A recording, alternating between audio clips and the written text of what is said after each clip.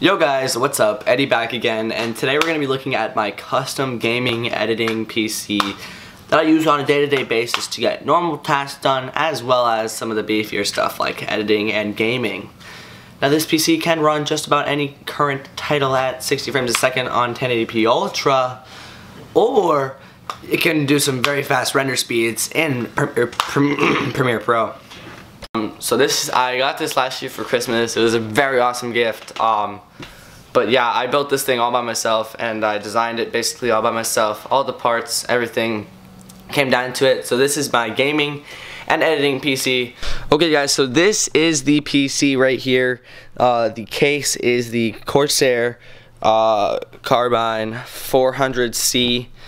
I really love this case. I think it's an amazing case. I really like it because it gives me easy access to, just opening the door there, really nice and easy. And it's a mid-tower size case, so it's not too big of a case, it fits really well next to my desk. Normally it's not like this, but I'm showing you the inside because I really like that inside footage, pretty nice. But getting to the inside, we've got a Corsair H100 IV2. This is what cools my system, my processor. Really nice, really worth the money, even though it is kind of expensive. I definitely think it's worth it. And it's got some customizable RGBs on there that you can say, it says Corsair on them. Then that runs over to here, and this is where I've got the radiator hooked up on the side. The one disadvantage to this thing is that it can't top mount it, but that's fine because I have it sucking in the air right here, and then I have it moving the air all the way through the case and exhausting out the back, and that's generally what you want. So that actually works fine. I've got these stock fans on here. These are both the stock 120mm fans that come with the H100 IV2. And cooling, the processor it's cooling is the Intel Core i7 6700. Yes, I know maybe going for the 6700K would have been a smarter choice, especially since I'm getting this nice cooler to it. But this is just what I got, and I actually think that the 6700 works well for anything that I'm going to be doing in the couple of years. Going down to the bottom of the case, what powers the entire PC, we've got the Corsair RX 850 watt power supply. This thing's really nice. It's fully modular, so you don't have to worry about extra cables in there that you just don't want. And I find that very nice because then I can make it easier for cable management. The system's fans we have in this PC are the standard fans that come with the system. I find that they do a very good job. I might be upgrading those to some RGB fans from Corsair in the future.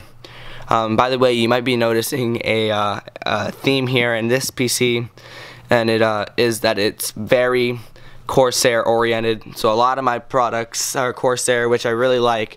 I think they do a very good job with all their products, and that's why I endorse them so much. So moving on, we've got what powers basically the entire screen here, which is my two monitors, and that is the Asus Strix ROG 1080 6GB card with the RGBs, of course, right?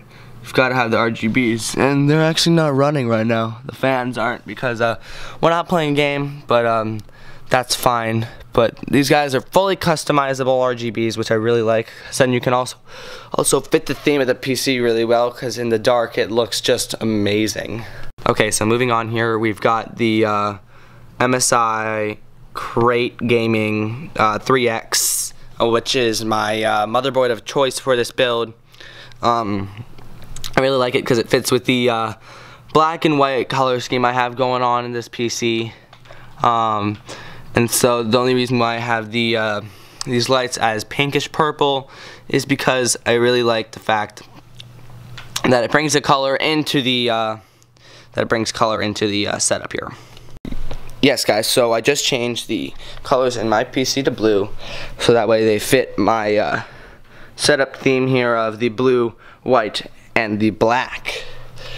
But continuing on with the PC, we have some HyperX Fury RAM. This is 4 sticks of 4 gigabytes each. We've got 16 gigabytes in this system, which, like I said before, on basically any of this under the component, which is maybe a little bit of overkill, but it definitely is able. It allows me to run whatever I really want to, in accordance to performance, editing, gaming, whatnot.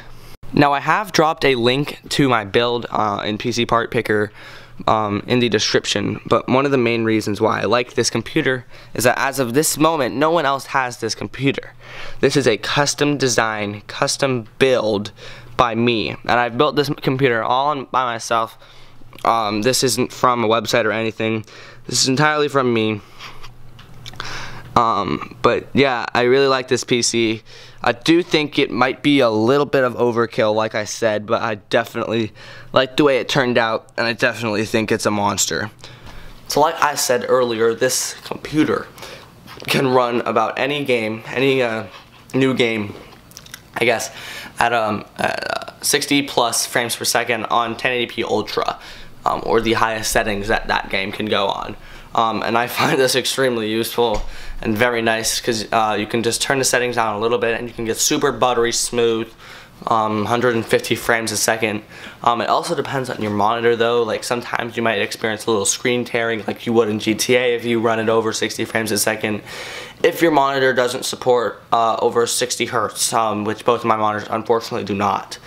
So basically, to conclude, this video was about my personal custom gaming PC that I use to edit these videos, edit some photos. If you're not following my photo account, it's right there. Go check it out. I think I take some pretty nice photos there, and don't be afraid to hit follow if you guys like what you see there. But just to conclude, we went over my custom gaming PC that I think actually does what I need it to do very well, if not too well. Yeah, hit that like button if you like this video, and comment what you want to see in future videos. But other than that, I'll catch you guys next time. Peace.